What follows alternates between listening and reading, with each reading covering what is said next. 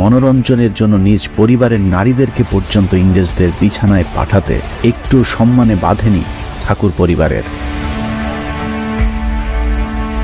যে কারণে ভারতের আরেক নোবেল বিজয়ী অর্থনীতিবিদ অমর্ত্য সেন তার বইতে রবীন্দ্রনাথের জন্ম পরিচয় নিয়ে সন্দেহ প্রকাশ করেছেন। যুক্তি হিসেবে রবীন্দ্রনাথের শারীরিক গঠনের সাথে সাধারণ ভারতীয়দের পার্থক্যটা তিনি সামনে তুলে এনেছেন। এছাড়া ঠাকুরবাড়ির নারীদের সাথে যেহেতু ইংরেজদের অবাধ মেলামেশা ছিল, সে কারণে অমর্ত্য সেন রবীন্দ্রনাথের ডিএনএ পরীক্ষারও দাবি তুলেছেন। মূলত নারী সাপ্লাইয়ের মাধ্যমে ইংরেজদের সাথে সবচেয়ে সখ্যতা গড়ে তোলে রবীন্দ্রনাথের দাদা দ্বারকানাথ ঠাকুর। বিলেত থেকে আসা ইংরেজ চাকরিজীবীরা যেহেতু বেশিরভাগই ব্যাচেলর হিসেবে থাকতেন, তাদের মনোরঞ্জনের জন্য সেই সময় পতিতাদের ব্যাপক চাহিদা ছিল। দ্বারকানাথ ঠাকুরও চাহিদা অনুযায়ী যোগান দিতে শুরু করেছিলেন।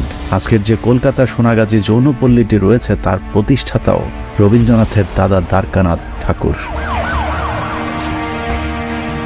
2012 সালের আনন্দবাজার পত্রিকার একটি নিবন্ধ ছাপা হয়েছিল, যেখানে কলকাতায় দ্বারকানাথ ঠাকুরের এরকম কমপক্ষে 43টি যৌনপল্লী থাকার বিষয়টি উল্লেখ করা হয়েছে, যে ব্যবসা রবীন্দ্রনাথের জীবদ্দশা পর্যন্ত চলমান ছিল। রবীন্দ্রনাথের সাথে পরকীয়ার জেরে তার যে বৌদি আত্মহত্যা করেছিল। ভারত বর্তমান পৃথিবীর সবচেয়ে ধর্মান্ধ, বর্বর, মুসলিম বিদ্বেষী একটি কট্টর হিন্দু রাষ্ট্র। এই ধর্মান্ধতার বর্বরতা নতুন কিছু নয়। ভারত নামক রাষ্ট্রটির জন্মের আগে থেকেই অন্য ধর্মের মানুষের উপর শুরু হয়েছিল অবর্ণনীয় নির্যাতন। এই নির্যাতনকারীদের তালিকায় শিক্ষিত থেকে মূর্খ, চাওয়ালা থেকে কবি, সাহিত্যিক, বুদ্ধিজীবী সকলেই রয়েছেন। বিশেষ করে গোরক্ষা সমিতি, আরএসএস, হিন্দু মহাসভার মতো কট্টর সংগঠনগুলোর জন্মই হয়েছিল মুসলমানদেরকে নিধন করবার লক্ষ্যেই। শুধু মুসলমান নয়, কট্টর হিন্দুত্ববাদী রাষ্ট্রটিতে আজ মুসলমান, খ্রিস্টান, শিখ, বৌদ্ধ কেউ নিরাপদ নয়। অখণ্ড ভারতের স্বপ্ন বিক্রি করে চাওয়ালা মোদি 1 দশক ধরে ভারতের 150 কোটি মানুষকে বোকা বানিয়ে যাচ্ছেন। প্রভু রাম জি কে हम पर आशीर्वाद बने रहे। मेरे साथ पूरी ताकत से बोलिए जय श्री राम। आवाज दूर दूर तक जानी चाहिए। এই 1 দশকে মুসলমানদের জন্য ভারতে বেঁচে থাকাটাই দুষ্কর হয়ে দাঁড়িয়েছে। একটা মেয়ে আসতেছে বাড়ির দিকে, মেয়েটার হাতে পিছন দিচ্ছে, দিয়ে হাতটা ভাঙিয়ে ফেলেছে। এই দূর হয়ে যাতে আঙ্গুরে পুলিশ আক্রমণ করলো। हमें बंगाल को तुष्टीकरण की भेंट नहीं चढ़ने देनी है। মুসলমানরা ভারতে থাকতে পারে যদি তার ধর্ম পাল্টায়। ভারতের বিজেপি সরকার যা করছে তা তো চোখের সামনেই ঘটছে, কিন্তু কট্টর হিন্দুত্ববাদী এই সংগঠনের শুরুটা কিভাবে হয়েছিল? ভারতকে শুধুই মাত্র একটি হিন্দু রাষ্ট্র বানাতে প্রথম স্বপ্ন কারা দেখেছিল? কারাই বা 1905 সালে বঙ্গভঙ্গের মাধ্যমে স্বাধীনতা লাভ করা পূর্ব বাংলাকে আবারও বঙ্গভঙ্গ রদের মাধ্যমে অখণ্ড ভারতের অংশ বানিয়েছিল। আশুতোষ মুখার্জি, শ্যামাপ্রসাদ, বিপিন চন্দ্র পালদের মতো কট্টর হিন্দুত্ববাদীদেরকে তো আমরা মুসলমানদের শত্রু হিসেবেই জানি, অথচ তাদের চেয়ে বড় মুসলিম বিদ্বেষী রবীন্দ্রনাথকে আমরা বন্ধুর আসনে বসিয়েছে। কিন্তু আসলে কি রবীন্দ্রনাথ আমাদের বন্ধু? But my mission is to urge for a worldwide commerce of heart and mind. কোনো সন্দেহ নেই রবীন্দ্রনাথ একজন ভালো লেখক, সেই সাথে অন্যের সাহিত্য চুরি করে নিজের বলে চালিয়ে দেওয়া তার লেখালেখিরই অংশ বিশেষ। সেই সাথে এটা উল্লেখ না করলে চলবে না যে অবশ্যই রবীন্দ্রনাথ একজন সাম্প্রদায়িক হিন্দু কবি। আরও স্পষ্ট করে বললে রবীন্দ্রনাথ ছিলেন একজন মুসলিম বিদ্বেষী বর্ণবাদী লেখক। এছাড়াও অত্যাচারী জমিদার, পতিতা ব্যবসায়ী থেকে শুরু করে নানান ধরনের বিশেষণ জড়িয়ে আছে রবীন্দ্রনাথের নামের সাথে। জমিদারি অবশ্য রবীন্দ্রনাথের টাকায় কেনা পদবী। রবীন্দ্রনাথের পূর্বপুরুষ কখনোই জমিদার ছিলেন না। তার দাদা দ্বারকানাথ ঠাকুরের হাত ধরেই ঠাকুর পরিবারের উত্থানের শুরু হয়েছিল। দ্বারকানাথ ঠাকুর ছিলেন ট্রেভর প্লাউডের 150 টাকা মাইনের একজন সামান্য চাকর। আর এই সূত্র ধরে ইংরেজ সাহেবদের সাথে পরিচয়ের সুযোগ হয়েছিল রবীন্দ্রনাথের দাদা দ্বারকানাথ ঠাকুরের। চাকর হিসেবে দ্বারকানাথ ইংরেজ সাহেবদের সব ধরনের সেবাই দিতেন, এমনকি মনোরঞ্জনের জন্য নিজ পরিবারের নারীদেরকে পর্যন্ত ইংরেজদের বিছানায় পাঠাতে একটু সম্মানে বাঁধেনি ঠাকুর পরিবারের। যে কারণে ভারতের আরেক নোবেল বিজয়ী অর্থনীতিবিদ অমর্ত্য সেন তার বইতে রবীন্দ্রনাথের জন্ম পরিচয় নিয়ে সন্দেহ প্রকাশ করেছেন। যুক্তি হিসেবে রবীন্দ্রনাথের শারীরিক গঠনের সাথে সাধারণ ভারতীয়দের পার্থক্যটা তিনি সামনে তুলে এনেছেন। এছাড়া ঠাকুরবাড়ির নারীদের সাথে যেহেতু ইংরেজদের অবাধ মেলামেশা ছিল, সে কারণে অমর্ত্য সেন রবীন্দ্রনাথের ডিএনএ পরীক্ষারও দাবি তুলেছেন। মূলত নারী সাপ্লাইয়ের মাধ্যমে ইংরেজদের সাথে সবচেয়ে সখ্যতা গড়ে তোলে রবীন্দ্রনাথের দাদা দ্বারকানাথ ঠাকুর। বিলেত থেকে আসা ইংরেজ চাকরিজীবীরা যেহেতু বেশিরভাগই ব্যাচেলর হিসাবে থাকতেন, তাদের মনোরঞ্জনের জন্য সেই সময় পতিতাদের ব্যাপক চাহিদা ছিল। দ্বারকানাথ ঠাকুরও চাহিদা অনুযায়ী যোগান দিতে শুরু করেছিলেন। আজকের যে কলকাতার সোনাগাজী যৌনপল্লীটি রয়েছে তার প্রতিষ্ঠাতাও রবীন্দ্রনাথের দাদা দ্বারকানাথ ঠাকুর। 2012 সালের আনন্দবাজার পত্রিকার একটি নিবন্ধ ছাপা হয়েছিল, যেখানে কলকাতায় দ্বারকানাথ ঠাকুরের এরকম কমপক্ষে 43টি যৌনপল্লী থাকার বিষয়টি উল্লেখ করা হয়েছে, যে ব্যবসা রবীন্দ্রনাথের জীবদ্দশা পর্যন্ত চলমান ছিল। গোলাম আহমদ মর্তুজা রচিত এক অন্য ইতিহাস গ্রন্থের অসাধারণ দ্বারকানাথ অধ্যায়েও এ বিষয়ে বিস্তারিত আলোচনা করা হয়েছে। আনন্দবাজার পত্রিকার বাংলা 1406-এর 28 কার্তিক সংখ্যায় লেখা হয়েছে, তবে চুরি করে সাহিত্য রচনা করলেও রবীন্দ্রনাথের পতিতা সাহিত্যের উপর মারাত্মক দক্ষতা ছিল। আরও সহজ ভাষায় বললে অশ্লীল সাহিত্যের উপর রবীন্দ্রনাথের পিএইচডি ডিগ্রি ছিল। সত্যি কথা বলতে ওই সময় কলকাতায় বিশেষ কারণে সিফিলিস খুব কমন একটি রোগ ছিল, তাই 1928 সালে অবতার পত্রিকায় রবীন্দ্রনাথের সিফিলিস রোগের খবরটা খুব একটা গুরুত্ব পায়নি। বলে রাখা ভালো, সিফিলিস হচ্ছে যৌন সংক্রান্ত একটি রোগ। বহু নারীর সাথে শারীরিক সম্পর্কের মাধ্যমে সিফিলিস রোগ বাঁধানোর পাশাপাশি রবীন্দ্রনাথের বিভিন্ন লেখাতেও যৌনতা এবং কুরুচিপূর্ণ ভাষার ব্যবহার পাওয়া যায়। যেমন তার বিখ্যাত 2 বিঘা কবিতায় তিনি লিখেছেন, বুক ভরা মধু বঙ্কের বধূ, জল লয়ে যায় ঘরে, মা বলিতে প্রাণ করে আনচান, চোখ আসে জলে ভরে। একসময় পতিতা ব্যবসায় হয়ে উঠেছিল ঠাকুর পরিবারের প্রধান ব্যবসা। এছাড়া পতিতালয়ে আসা খদ্দেরদের চাহিদার কারণে মদ এবং আফিমের ব্যবসাটাও জমজমাট হয়ে উঠেছিল কলকাতায়। ঠাকুর বাড়িতে মদ আর আফিম এতটাই সহজলভ্য হয়েছিল যে রবীন্দ্রনাথের সাথে পরকীয়ার জেরে তার যে বৌদি আত্মহত্যা করেছিল, সেই কাদম্বরী দেবী অতিরিক্ত আফিম খেয়ে আত্মহত্যা করেছিল। উইকিপিডিয়াতেও তার মৃত্যুর কারণ হিসেবে অতিরিক্ত আফিম খাবার কথা বলা হয়েছে।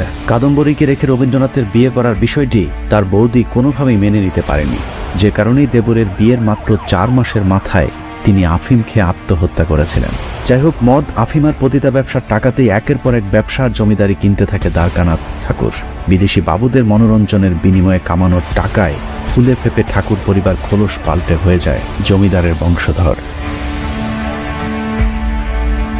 অনৈতিক উপায়ে উপার্জিত টাকায় জমিদারি লাভ করবার পর প্রজাদের পিষে মারতেও ছাড়েনি ঠাকুর পরিবার। শচীন্দ্র অধিকারী শিলাইদহ রবীন্দ্রনাথ বইয়ের তথ্য অনুযায়ী পূর্বপুরুষদের মতো রবীন্দ্রনাথ নিজেও অত্যন্ত নিষ্ঠুর একজন জমিদার ছিলেন। অন্যান্য জমিদারেরা প্রজাদের কাছ থেকে একবার খাজনা আদায় করলেও রবীন্দ্রনাথ 1894 সালে ঘোষণা দেন তার প্রজাদেরকে বছরে 2 বার খাজনা দিতে হবে। জমির খাজনার পাশাপাশি কালী পূজায় বাধ্যতামূলক প্রজাদেরকে খাজনা দিতে বাধ্য করা হয়। যদিও তার জমিদারিতে বসবাস করা বেশিরভাগ প্রজাই ছিলেন মুসলমান, তারপরেও তাদেরকে পুজোর চাঁদা দিতে বাধ্য করা হতো। প্রজা বিদ্বেষী রবীন্দ্রনাথের লেখালেখিতেও জাতি ধর্মের বিদ্বেষ স্পষ্টভাবে পরিলক্ষিত হয়েছে। শুধুমাত্র মুসলমানদের ধর্মকে ছোট করবার জন্য তিনি অসংখ্য গল্প, কবিতা এবং উপন্যাস লিখে গেছেন। রবীন্দ্রনাথের সমস্যা পুরানো কাবলিওয়ালা গল্পে মুসলমানদের জারজ, চোর, খুনি হিসেবে উপস্থাপন করা হয়েছে। দুরাশা গল্পে একজন মুসলিম নারীকে বিকৃতভাবে উপস্থাপন করে দেখানো হয়েছে। হিন্দু ধর্ম এবং ব্রাহ্মণদের প্রতি মুসলিম নারীর চরম আকর্ষণ রয়েছে।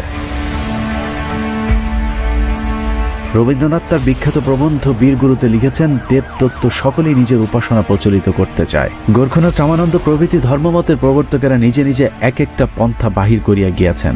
ঈশ্বরের কাছে প্রার্থনা করিবার সময় মোহাম্মদ নিজেও নাম উচ্চারণ করিতে আদেশ করিয়া গেছেন। এভাবেই তিনি মুসলমানদের কালেমা নিয়েও কটাক্ষ করেছেন। মুসলিম বিদ্বেষ সরাতে গিয়ে তিনি লিখেছেন, জবনদের মুখে আল্লাহু আকবার ধ্বনি আসছে, আর অন্যদিকে আর্য যোদ্ধারা হিন্দুস্তান রক্ষা করতে তাদের বিরুদ্ধে যুদ্ধ করছে। জবন শব্দের অর্থ হলো বর্বর, অর্থাৎ মুসলমানেরা বর্বর আর ছাই ভস্যমাখা গোমূত্র খাওয়া বাহিনী। হিন্দুরাই হলো ভারতের আর্য জাতি। প্রায়শ্চিত্ত নাটকের একটি উক্তিতে বলা হয়েছে, খুন করাটা যেখানে ধর্ম সেখানে না করাটাই পাপ। যে মুসলমান আমাদের ধর্ম নষ্ট করেছে তাদের যারা মিত্র তাদের বিনাশ না করাই অধর্ম। অর্থাৎ রবীন্দ্রনাথের মূল যুদ্ধটাই ছিল মুসলমানদের বিরুদ্ধে। শাহবাগীদের পছন্দের অসাম্প্রদায়িক কবি রবীন্দ্রনাথ লিখেছেন, বেদ ব্রাহ্মণ রাজা ছাড়া আর কিছু নাই ভবে পুজো করিবার। অর্থাৎ পৃথিবীতে একমাত্র ধর্ম হলো ব্রাহ্ম ধর্ম। এই হচ্ছে রবীন্দ্রনাথের অসাম্প্রদায়িকতার নমুনা। বঙ্কিমচন্দ্র এবং রবীন্দ্রনাথের বিরুদ্ধে তাদের সমকালীন লেখকরাও সাম্প্রদায়িকতার অভিযোগ তুলেছিলেন। অভিযোগের প্রেক্ষিতে রবীন্দ্রনাথ বলেছিলেন, মুসলমান বিদ্বেষ বলি আমরা আমাদের জাতীয় সাহিত্য বিসর্জন দিতে পারি না। মুসলমানদের উচিত নিজেদের জাতীয় সাহিত্য নিজেদেরই সৃষ্টি করা। কবরী মুসলিম বিদ্বেষের আরও একটি নমুনা। মরহুম মোতাহার হোসেন চৌধুরী শান্তিনিকেতনে রবীন্দ্রনাথ ঠাকুরকে একবার জিজ্ঞেস করেছিলেন, আপনার লেখা ইসলাম এবং বিশ্বনবী সম্পর্কে কোনো রচনা নেই কেন? উত্তরে কবি বলেছিলেন, কোরআন পড়তে শুরু করেছিলাম, কিন্তু বেশি দূর এগুতে পারিনি, তোমাদের রাসূলের জীবন চরিত্র ভালো লাগেনি। রবীন্দ্রনাথের পুরো সাহিত্য জীবনের কোথাও হিন্দু বা ব্রাহ্ম ধর্ম ছাড়া অন্য কোনো ধর্মের প্রতি সম্মান জানিয়ে কোনো লেখা নেই। অনেকেই বলে থাকেন রবীন্দ্রনাথ ঠাকুর নাকি ব্রিটিশদের বিরোধিতা করেছিলেন, কিন্তু বাস্তবে তিনি ব্রিটিশ সরকারের পদলেহনকারী একজন বুদ্ধিজীবী ছিলেন। ব্রিটিশ রানীর 5টি তিনি তার নোবেল পুরস্কার বাগিয়েছিলেন। এমনকি ব্রিটিশ বিরোধী আন্দোলনে মুসলমানেরা সবচেয়ে বেশি তৎপর থাকায় তিনি তার লেখায় বিভিন্ন সময় মুসলমানদের সমালোচনা করেছেন। রবীন্দ্রনাথ তার কণ্ঠরোধ প্রবন্ধে লিখেছেন, কিছুদিন হইল একদল ইতর শ্রেণীর অবিবেচক মুসলমান কলকাতার রাজপথে লোস্টন হস্তে উপদ্রবের চেষ্টা চালিয়ে যাচ্ছে। তাদের মধ্যে বিস্ময়ের ব্যাপার হলো উপদ্রবের মূল লক্ষ্যটা ইংরেজদের প্রতি। তাদের শাস্তিও যথেষ্ট হইয়াছিল। প্রবাদে আছে, ইটটি মারিলেই পাটকেলটি খাইতে হয়, কিন্তু মূরগণ ইটটি মারিয়া পাটকেলের অপেক্ষা অনেক শক্ত শক্ত জিনিস খাইয়াছিল। এখানে মুসলমানদেরকে তিনি মূর বলে কটাক্ষ করেছেন। রবীন্দ্রনাথকে নিয়ে যতই সমালোচনা করা হোক, তারপরেও তিনি একজন প্রতিভাবান লেখক ছিলেন, এতে কোনো সন্দেহ নেই। কিন্তু তার প্রতিভার অধিকাংশই তিনি অন্যের লেখা চুরি করবার কাজে লাগিয়েছিলেন। খোদ যে লেখার জন্য রবীন্দ্রনাথ নোবেল পুরস্কার পেয়েছিলেন, সেখানেও রয়েছে চুরি। 1913 সালে রবীন্দ্রনাথ যে নোবেল পুরস্কারটি পেয়েছিলেন সেটা আসলে গীতাঞ্জলির জন্য নয়, বরং গীতাঞ্জলির ইংরেজি অনুবাদ সং অফারিংসের জন্য। মূল গীতাঞ্জলি প্রকাশিত হয় 1910 সালের 4 আগস্ট, যেখানে মোট কবিতার সংখ্যা ছিল 157টি। গীতাঞ্জলির 157টি থেকে 53টি এবং তার অন্যান্য গ্রন্থ থেকে 50টি অনুবাদ করে মোট 103টি কবিতার সমন্বয়ে 1912 সালে প্রকাশিত হয় সং অফারিংস। অথচ আমাদের স্কুল কলেজ বিশ্ববিদ্যালয়ে পড়ানো হয়েছে রবীন্দ্রনাথ তার গীতাঞ্জলির জন্য নোবেল পুরস্কার পেয়েছে। যাই হোক, গীতাঞ্জলি বলি আর সং অফারিংস বলি, নোবেল প্রাপ্তিটাই অনেক বড় কথা, কিন্তু সমস্যা হলো সেখানেও রয়েছে শুভঙ্করের ফাঁকি। রবীন্দ্রনাথের বাংলা যে কবিতাগুলো ইংরেজিতে অনুবাদ করা হয়েছিল সেটা আসলে রবীন্দ্রনাথ করেনি। রবীন্দ্রনাথের হয়ে কবিতাগুলোর অনুবাদ করেছিলেন C.F. অ্যান্ড্রুজ, কিন্তু রবীন্দ্রনাথ সেটা কখনোই স্বীকার করেননি। তিনি অ্যান্ড্রুজের নাম দিয়েছিলেন দীনবন্ধু, যাতে কেউ তা বুঝতে না পারে। সেটাও সমস্যা হতো না, কিন্তু অনুবাদের পর দেখা যায় রবীন্দ্রনাথের এসব লেখার মধ্যেও রয়েছে মহাচুরি। বাইবেল সহ খ্রিস্টানদের ধর্মীয় গবেষকদের অনেক লেখা কপি পেস্ট করে নিজের বলে চালিয়ে দিয়েছেন বিশ্ব কপিবাজ কবি রবীন্দ্রনাথ ঠাকুর। গীতাঞ্জলির কথিত ইংরেজি অনুবাদ সং অফারিংসের ভূমিকা টানতে গিয়ে ইংলিশ কবি ইয়েটস বলেছিলেন, এ tradition where poetry and religion are the same thing has passed through the centuries, gathering from learned and unlearned metaphor and emotion and carried back again to the multitude the thought of the scholar and the noble. গীতাঞ্জলির ইংরেজি অনুবাদের 26 নম্বর কবিতা এবং বাইবেলের song of সলোমনের দুটি শ্লোকের সাথে হুবহু মিল রয়েছে। এছাড়া সেন্ট ফ্রান্সিসের রচিত খ্রিস্টান ধর্মীয় গান ক্যান্টিকেল এবং ইংরেজি গীতাঞ্জলির 86 নম্বর কবিতার অনুরূপ। রবীন্দ্রনাথের বিখ্যাত উর্বশী কবিতাটাও নকল। সেটা নিচের লাইনগুলো পুরোপুরি কপি পেস্ট করে নিজের কোলে চালিয়ে দিয়েছেন রবীন্দ্রনাথ ঠাকুর। বৃন্তহীন পুষ্প সম আপনাতে আপনি বিকশী, কবে তুমি ফুটিলে উর্বশী, আদিম বসন্ত প্রান্তে উঠেছিলে মন্থিত সাগরে, ডান হাতে সুধাপাত্র বিষপাণ্ড লয়ে বাম করে। রবীন্দ্রনাথের এই কবিতাটি চার্লস সুইনবার্নের অ্যাটালান্টা ইন ক্যালিডন কবিতার সাথে অনেক সাদৃশ্যতা রয়েছে। রবীন্দ্রনাথের চিত্রাকাব্যের এবার ফেরামরে এবং মানসিক কাব্যের বধূ এই কবিতা দুটি ইংলিশ বিখ্যাত কবি মিস্টার শেলি এবং মিস্টার ওয়ার্ডসওয়ার্থের কবিতার সাথে ভাবগত এবং গঠনগত অনেক মিল রয়েছে। প্রিয়রঞ্জন সেন এবং নারায়ণ বিশ্বাস একমত হয়েছেন যে রবীন্দ্রনাথের গোড়া এবং ঘরে বাইরে দুটি কাব্য ইংরেজদের থেকে নকল করা। রবীন্দ্রনাথ তার লেখার একটি উল্লেখযোগ্য অংশ চুরি করেছিলেন মধ্যযুগের মুসলিম কবি সাহিত্যিকদের লেখা থেকে। এর মধ্যে মির্জা গালিব, শেখ সাদি, উমর খাইয়াম সহ অনেক লেখক রয়েছেন। রবীন্দ্রনাথের বিখ্যাত কবিতা ভারত তীর্থ কবিতাটি পার্সিয়ান কবি আল্লামা জালালউদ্দিন রুমির কবিতার হুবহু নকল। দেশি বিদেশি লেখকদের পাশাপাশি রবীন্দ্রনাথের চুরির হাত থেকে আশপাশের বন্ধুরাও বাঁচতে পারেনি। আমার সোনার বাংলা, আমি তোমায় ভালোবাসি। বাংলাদেশের জাতীয় সঙ্গীত আমার সোনার বাংলা গানের সুর রবীন্দ্রনাথ চুরি করেছিলেন তার বন্ধু গগন হরকরার আমি কোথায় পাবো তারে গান থেকে। আমি কোথায় পাবো তারে, আমার মনের মানুষ যে রে। গগন হরকরার আসল নাম ছিল গগন চন্দ্র দাস। পেশায় একজন ডাকবাহক হলেও তিনি একই সাথে গীতিকার, সুরকার এবং লোকসঙ্গীত শিল্পীও ছিলেন। শিলাইদহে রবীন্দ্রনাথের সাথে একসাথে সঙ্গীত চর্চা করতেন গগন হরকরা। অথচ তার কাছ থেকে রবীন্দ্রনাথ যে তোমায় ছাড়ে ছাড়ুক ও আমার সোনার বাংলা গান দুটির সুর চুরি করেন। যে তোমায় ছাড়ে ছাড়ুক, আমি তোমায় ছাড়বো না মা। গগন হরকরার সুর করা আসল গান দুটি হলো মন অসার মায়ায় ভুলে রবে এবং আমি কোথায় পাবো তারে। মন অসার মায়া ভুলে রবে, কতকাল এমনিভাবে। কোথায় পাবো তারে, আমার মনের মানুষ যে রে। মজার বিষয় হলো রবীন্দ্রনাথ বাংলাদেশ এবং ভারত দুই দেশেরই জাতীয় সঙ্গীতের রচয়িতা এবং যথারীতি তিনি দুই দেশের জাতীয় সঙ্গীত রচনাতেই 2 নম্বরই করেছেন। যেমন ভারতীয় জাতীয় সঙ্গীতের জনগণমন অধিনায়ক জয় হে ভারত ভাগ্য বিধাতা এই লাইনটি সহ ভারতের জাতীয় সঙ্গীতের সবকটি লাইন তিনি ভারতের স্বাধীনতার বিরুদ্ধে লিখেছিলেন। কারণ জনগণমন এই গানটি লেখার উদ্দেশ্য ছিল 1910 সালের 6ই মে ভারত সম্রাট পঞ্চম জর্জকে অভিনন্দন জানানো। জনগণ মন অধিনায়ক জয় হে ভারত ভাগ্য বিধাতা। এখানে অধিনায়ক এবং ভাগ্য বিধাতা বলতে তিনি জর্জ ফ্রেডরিক আলবার্টকে সম্বোধন করেছেন। ভারতের পুরো জাতীয় সঙ্গীতটি মন দিয়ে শুনলে বোঝা যাবে এটা কোনো দেশের জাতীয় সঙ্গীত হতে পারে না, এটি একজন ব্যক্তিকে বন্দনা করে লেখা হয়েছিল।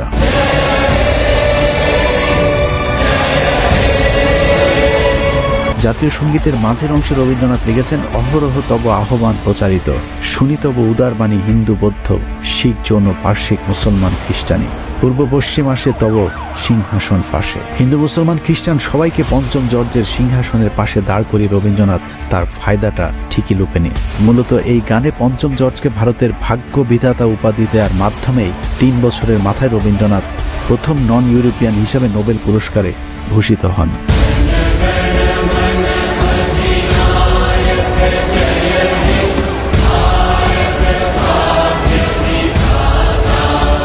একই অবস্থা বাংলাদেশের জাতীয় সঙ্গীতের বেলায়ও। হিন্দুদের দেবীকে নিয়ে লেখা বন্দনায় অন্যজনের সুর চুরি করে বসানো গানকে আমরা আবালের মতো জাতীয় সঙ্গীত হিসেবে গেয়ে যাচ্ছি। আমার সোনার বাংলা, আমি তোমায় ভালোবাসি। তার এইসব নকলবাজি আর চুরি যেন কেউ বুঝতে না পারে সেজন্য তিনি মানুষকে শিক্ষা অর্জনে নানা প্রতিবন্ধকতা সৃষ্টি করে রাখতেন। অব্রাহ্মণ বিশেষ করে পূর্ব বাংলার মুসলমানদের প্রতি রবীন্দ্রনাথ আজন্ম এক চোখা ছিলেন।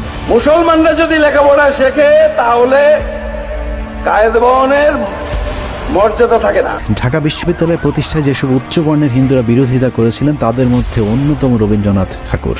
অন্যদের মাঝে কলকাতা বিশ্ববিদ্যালয়ের ভাইস চ্যান্সেলর আশুতোষ মুখার্জি, তার পুত্র শ্যামাপ্রসাদ মুখার্জি, বিপিন চন্দ্র পাল, সুরেন্দ্রনাথ ব্যানার্জি, পেয়ারী মোহন মুখোপাধ্যায়, সুরেন্দ্রনাথ সমাজপতি এবং অম্বিকাচরণ মজুমদার এরা সকলেই ছিল দুই বাংলার তথা ভারতের তৎকালীন সময়ের শীর্ষস্থানীয় বুদ্ধিজীবী এবং রবীন্দ্রনাথের অত্যন্ত ঘনিষ্ঠজন। সেই সাথে এরাই বিজেপির মাদার সংগঠন হিন্দু মহাসভার প্রতিষ্ঠাতা কিংবা কট্টর সমর্থক, যে কারণে মোদী সরকার এখন রবীন্দ্রনাথের ইমেজ রক্ষায় মাঠে নেমেছে। তাদের ইশারাতে বাংলাদেশে কম পয়সার অনেক বুদ্ধিজীবী ইদানিং রবীন্দ্রনাথকে বাংলাদেশ প্রেমী বানানোর নানান চেষ্টা করে যাচ্ছে। আমরা অনেক তথ্য পেয়েছি যে তথ্যের মধ্যে রবীন্দ্রনাথ এবং ঢাকা বিশ্ববিদ্যালয়ের বন্ধন অনেক সুদৃঢ় হয়েছিল। তাদের দাবি রবীন্দ্রনাথ নাকি ঢাকা বিশ্ববিদ্যালয় প্রতিষ্ঠায় কোনো বিরোধিতাই করেননি, অথচ তার সমসাময়িক সময়ের বুদ্ধিজীবীরাই রবীন্দ্রনাথকে ঢাকা বিশ্ববিদ্যালয় প্রতিষ্ঠার কট্টর বিরোধী হিসাবে অভিযুক্ত করেছেন। ডক্টর নীরোদপরণ হাজরা লিখেছেন 1912 খ্রিস্টাব্দের 28শে মার্চ কলকাতার গড়ের মাঠে এক বিরাট সমাবেশ করা হয়। তখন কবির বয়স ছিল 51 বছর। ঠিক তার দুদিন পূর্বে আরেকটি গুরুত্বপূর্ণ মিটিং হয়েছিল। সেখানেই চূড়ান্ত সিদ্ধান্ত নেওয়া হয়েছিল যে ঢাকায় ইউনিভার্সিটি হতে দেয়া যাবে না। ওই গুরুত্বপূর্ণ সভায় সব হিন্দু নেতারা উপস্থিত ছিল। নতুন রাজ্য পুনর্গঠনে ঢাকা বিশ্ববিদ্যালয়ের প্রয়োজন কিনা বা শিক্ষা বিষয়ে করণীয় কি আলোচনার জন্য একটি জনপ্রতিনিধিদের নিয়ে কলকাতার টাউন হলে ওই সভাটি হয়েছিল, যার সভাপতিত্ব করেছিলেন রবীন্দ্রনাথ ঠাকুর। একই অভিযোগ করেছেন নীরজ চন্দ্র চৌধুরী। তিনি লিখেছেন 1912 সালে 28শে মার্চ কলকাতার গড়ের মাঠে ঢাকা বিশ্ববিদ্যালয় প্রতিষ্ঠার বিরুদ্ধে হিন্দুরা যে প্রতিবাদ সভা করেছিল সেখানে স্বয়ং রবীন্দ্রনাথ ঠাকুর নিজে সভাপতিত্ব করেছিল। ডক্টর রমেশ চন্দ্র মজুমদার লিখেছেন কলকাতা বিশ্ববিদ্যালয়ের ভিসি আশুতোষ মুখার্জির নেতৃত্বে ভাইসরয় লর্ড হার্ডিঞ্জকে 18 বার স্মারকলিপি দিয়ে চাপ সৃষ্টি করা হয়েছিল যেন ঢাকা বিশ্ববিদ্যালয় প্রতিষ্ঠা করা না হয়। বিদ্রুপ করে হিন্দু নেতারা ঢাকা বিশ্ববিদ্যালয়কে বলতেন মক্কা বিশ্ববিদ্যালয়। ভারতের আরেক ইতিহাসবিদ শ্রী সুকীর্তি রঞ্জন বিশ্বাস রবীন্দ্রনাথকে ঢাকা বিশ্ববিদ্যালয়ের ঘোর বিরোধী হিসেবে উল্লেখ করেছেন। গড়ের মাঠে সেই মিটিং এর থেকে অনেক বড় ডায়াস হলো, তার সভাপতি হলেন বিশ্বকবি রবীন্দ্রনাথ ঠাকুর। সেখানে প্রস্তাব পাশ হচ্ছে ঢাকাতে যেন বিশ্ববিদ্যালয় ইংরেজ গভর্নমেন্ট না করে। 18 বার স্মারকলিপি দিয়েছিল যাতে ঢাকাতে ইউনিভার্সিটি না হয়। অথচ সেই রবীন্দ্রনাথকেই এখন বাংলাদেশিদের কাছে প্রিয় পাত্র হিসেবে উপস্থাপন করবার চেষ্টা করা হচ্ছে। তার লেখা গল্প প্রবন্ধ আমাদের সেই বিশ্ববিদ্যালয়ে পড়ানো হচ্ছে যিনি আজীবন সেই বিশ্ববিদ্যালয়টি প্রতিষ্ঠার বিরোধিতা করে গিয়েছিলেন। ক্ষণিকের গান গাড়ে আজি প্রাণ, ক্ষণিক দিনের আলোকে। অন্যদিকে 1921 সালে ঢাকা বিশ্ববিদ্যালয় প্রতিষ্ঠিত হয়, অথচ তারও 6 বছর আগে 1915 সালে মৃত্যুর আগেই যিনি ঢাকা বিশ্ববিদ্যালয়ের জন্য কয়েকশো বিঘা জমি দান করে গিয়েছিলেন সেই নবাব স্যার সলিমুল্লাহকে আমরা ভুলেই যেতে বসেছি। শুধু স্যার সলিমুল্লাহ নয়, ধনবাড়ির নবাব সৈয়দ নওয়াব আলী চৌধুরী, শেরেবাংলাকে Fazlul Huq, viceroy Lord Hardinge, Lord Lytton সহ যারা ঢাকা বিশ্ববিদ্যালয় প্রতিষ্ঠায় অবদান রেখেছেন তাদেরকে ন্যূনতম মূল্যায়নও করা হচ্ছে না। অথচ রবীন্দ্রনাথের জন্মদিনের 1 মাস আগ থেকে পর পর্যন্ত বাংলাদেশের গণমাধ্যমে শোকের মাতম চলতে থাকে। সারা বছর আমরা এই দিনটির জন্য অপেক্ষা করি যে কবে 25শে বৈশাখ আসবে। বিশ্বকবি রবীন্দ্রনাথ ঠাকুর তিনি সারা বিশ্বের নিপীড়িত মানুষের অর্থনৈতিক সামাজিক উন্নয়নের কথা ভেবেছিলেন। এত কিছুর পরেও শাহবাগী বুদ্ধিজীবীরা রবীন্দ্রনাথকে অসাম্প্রদায়িক, ব্রিটিশ বিরোধী, সাম্যবাদী আরও নানা বিশেষণে প্রতিষ্ঠার চেষ্টা করেই যাবে। ভারতীয় এসব দালালদের জন্য তাদের কবিগুরুর লেখা 2টি লাইন পড়ে আজকের অনুষ্ঠান শেষ করব। পূর্ব বাংলার 7 কোটি বাঙালিকে উদ্দেশ্য করে রবীন্দ্রনাথ লিখেছিলেন, 7 কোটি সন্তানের হে মুগ্ধ জননী, রেখেছ বাঙালি করে মানুষ করনি। আল্লাহ হাফেজ।